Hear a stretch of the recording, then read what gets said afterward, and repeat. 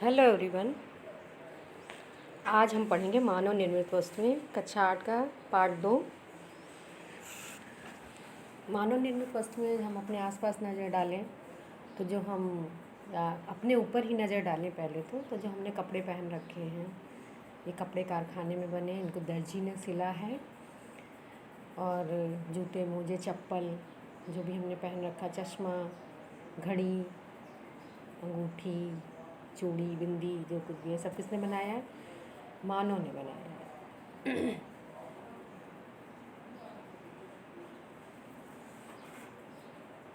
हम अपने घर में सुबह उठते हैं, ब्रश करते हैं, नहाते हैं, जब बाथरूम में जाते हैं तो क्या देखते हैं कि बाल्टी, मग और भी बहुत सारी चीज़ें जो हैं ये किसने बनाई? मानव ने बनाई है। और जब हम स्कूल के लिए जाते हैं तो स्कूल में जो हमारे कॉपी किताबें हैं, बैग है और कागज़, कॉपी जिससे बना है, कागज़ से कॉपियाँ बनी हैं, किताबें बनी हैं, तो ये सब कहाँ बना है? किसने बनाया है? मनुष्यों ने बनाया है। और किताबें कहाँ छपी हैं? प्रिंटर में छप के वो हमको मिलती हैं। और जो ज्योमेट्री बॉक्स है, ज्योमेट्री बॉक्स में पेन, पेंसिल, इरेज़र, स्केल, ये सब किससे बना है? मानव ने बनाया है। प्लास्टिक का है, कुछ ग्रेफाइट की पेंसिल है। इस तरह से हम देखते हैं तो सब कुछ हमें मानव निर्मित ही नज़र आता है।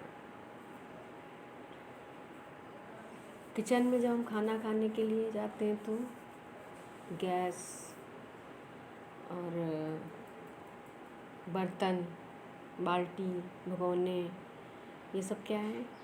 ये सब मानव द्वारा निर्मित है। अच्छा, जो पेड़ पौधे दिख रहे हैं वो, और मिट्टी, पहाड़, ये सब क्या है? ये बता सकते हैं आप ये सब क्या है? ये मानव निर्मित है या प्रकृति निर्मित है? ये प्रकृति निर्मित है, ये हम नहीं बना सकते हैं। ये मकान, गाड़ी, साइकिल, खिलौना, ये सब तो हम बना सकते हैं, ये सभी मानव निर्मित है। मानव निर्मित वस्तुओं की उपयोगिता क्या है? क्यों हमें ज़रूरत पड़ी कि हम ये वस्तुएं बनाएं और उनको हम यूज करें? तो क्या हुआ कि जो प्रकृति से जो संसाधन है, उससे जो वस्तुएं मिली हैं, उनसे हमारा जीवन यापन पूर्ण नहीं हो पा रहा था। पहले जनसंख्या कम थी और अब जनसंख्या जब बढ़ गई है तो आवश्यकताएं भी धीरे धीरे बढ़ती गई, जिससे कि प्राकृतिक जो संसाधन थे वो उसकी पूर्ति नहीं कर पा रहे थे। तो मनुष्य ने क्या किया? अपनी बुद्धि एवं कौशल से अनेक वस्तुओं का निर्माण किया, करता गया निर्माण, और धीरे धीरे उन वस्तुओं का विकास होता गया और उसने अपने आवश्यकता अनुसार भोजन, वस्त्र और आवास के लिए उन सबको प्रयोग में ले आया। अब इन आवश्यकताओं की पूर्ति क्या प्राकृतिक संसाधनों द्वारा संभव है? नहीं संभव। क्यों? क्योंकि वो कम है चीज़ें और जनसंख्या ज़्यादा है, इसलिए मनुष्य को ये सारी चीज़ें बनानी पड़ी। तो सबसे पहले देखते हैं वस्त्र। सबसे पहले हमें अपना शरीर ढकने के लिए कपड़े पहनने की ज़रूरत होती है। तो वस्त्र में हम कपड़े पहनते हैं, पैंट, शर्ट, कुर्ता, ये सब पहनते हैं। तो वस्त्र कितने तरह के हो सकते हैं? ये देखिए, एक तालिका दी हुई है, इसमें दिखाया गया है। सूती वस्त्र सूती धागे से निर्मित होते हैं और ये इसका स्रोत क्या है? कपास। कपास क्या है? एक पेड़ है, उससे सूती धागे प्राप्त होते हैं। ऊन, कपास से ऊन प्राप्त होती है, ऊन से सूती धागे बनाए जाते हैं। ऊनी वस्त्र, ऊनी धागे किससे मिलते हैं? जंतुओं के बाल, जैसे भेड़, बकरी इत्यादि के बाल से ऊनी धागे बनाए जाते हैं। रेशमी वस्त्र रेशमी धागे से, और ये रेशम के कीट से प्राप्त होता है। टेरिलीन एक संश्लेषित रेशा है जिसे मानव ने तैयार किया है। ये संश्लेषित रेशा है। भवन निर्माण, दूसरी जो मूलभूत आवश्यकता है वो क्या है हमारी? भवन निर्माण की। वस्त्र हो गया पहला, दूसरा भवन निर्माण हो गया। देखा होगा आपने, जब मकान बनते हैं तो सीमेंट, सरिया, मोरंग, बालू, गिट्टी और पत्थर, लोहे के गार्डर, बहुत सारी चीज़ें यूज होती हैं। ये कहाँ बनती हैं? बड़े बड़े कारखानों में बनती हैं। ईंटा, उससे ये भवन का निर्माण किया जाता है। अब आगे देखते हैं घरेलू कार्य में नहाने के लिए, कपड़े धुलने के लिए, घर की सजावट करने के लिए, हमारे कपड़े खुद की सजावट करने के लिए, ये सब क्या है? घरेलू कार्य हैं। इसमें जैसे कपड़े धोने के लिए हम साबुन, डिटर्जेंट, बाल्टी, टब आदि वस्तुओं का प्रयोग करते हैं, तो ये मानव निर्मित वस्तुएं हैं। भोजन पकाने के लिए गैस, बर्तन, चूल्हा ये सब यूज करते हैं, तो ये भी मानव निर्मित वस्तुएं हैं। सिलाई करने के लिए हमें क्या क्या चाहिए? सिलाई करने के लिए हमें मशीन चाहिए, सुई धागा चाहिए, ये सब मानव निर्मित है। घर की सजावट के लिए, घर की सजावट विभिन्न प्रकार के पेंटिंग्स, डेकोरेटिव आइटम, ये सब इनसे, तो ये किसके द्वारा बनाए जाते हैं? ये भी मनुष्य के द्वारा बनाए जाते हैं। बुनाई जैसे कपड़े बुनना, स्वेटर बुनना और चारपाई बुनना, ये सारी चीज़ें बुनाई के अंतर्गत आती हैं, ये भी मनुष्य करता है। तो घरेलू कार्य में आपने देखा कि मानव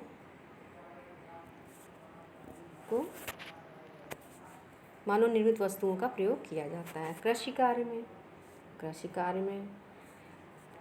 कार्य करने के लिए जो यंत्रों और हथियारों का प्रयोग किया जाता है, जैसे खुरपी, हंसिया, और फसल काटने के लिए, फसल बोने के लिए, खाद डालने के लिए जो यंत्र प्रयोग में लाए जाते हैं, वो सब मनुष्य के द्वारा बनाए गए हैं।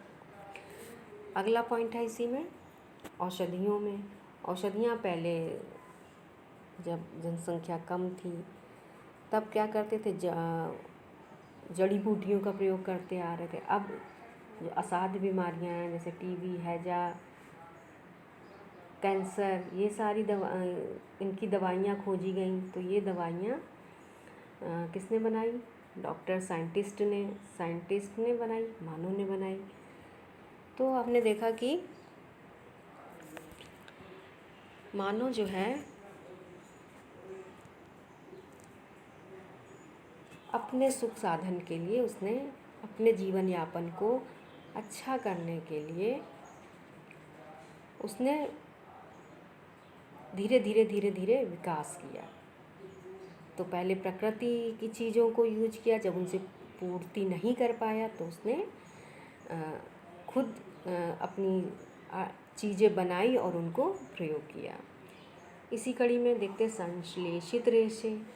संश्लेषित रेशे वो होते हैं जिनको मानव द्वारा निर्मित किया जाता है, जैसे कि नायलॉन, पॉलिस्टर, डेक्रॉन, रेयॉन, ये सब क्या है? मानव निर्मित रेशे हैं।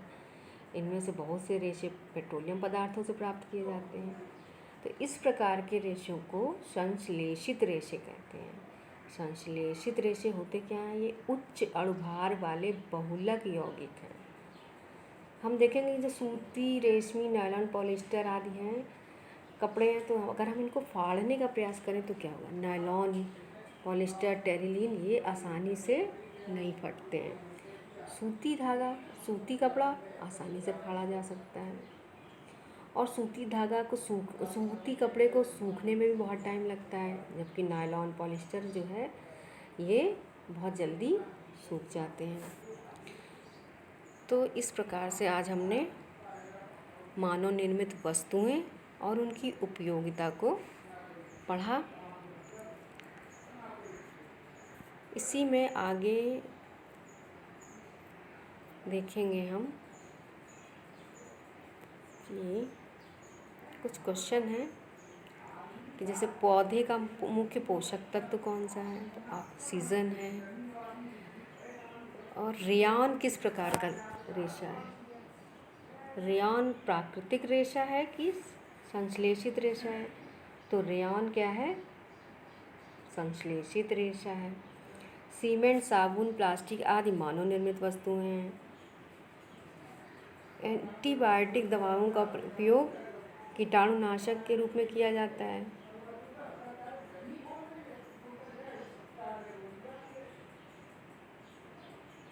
सूती, रेशमी, ऊनी क्या है?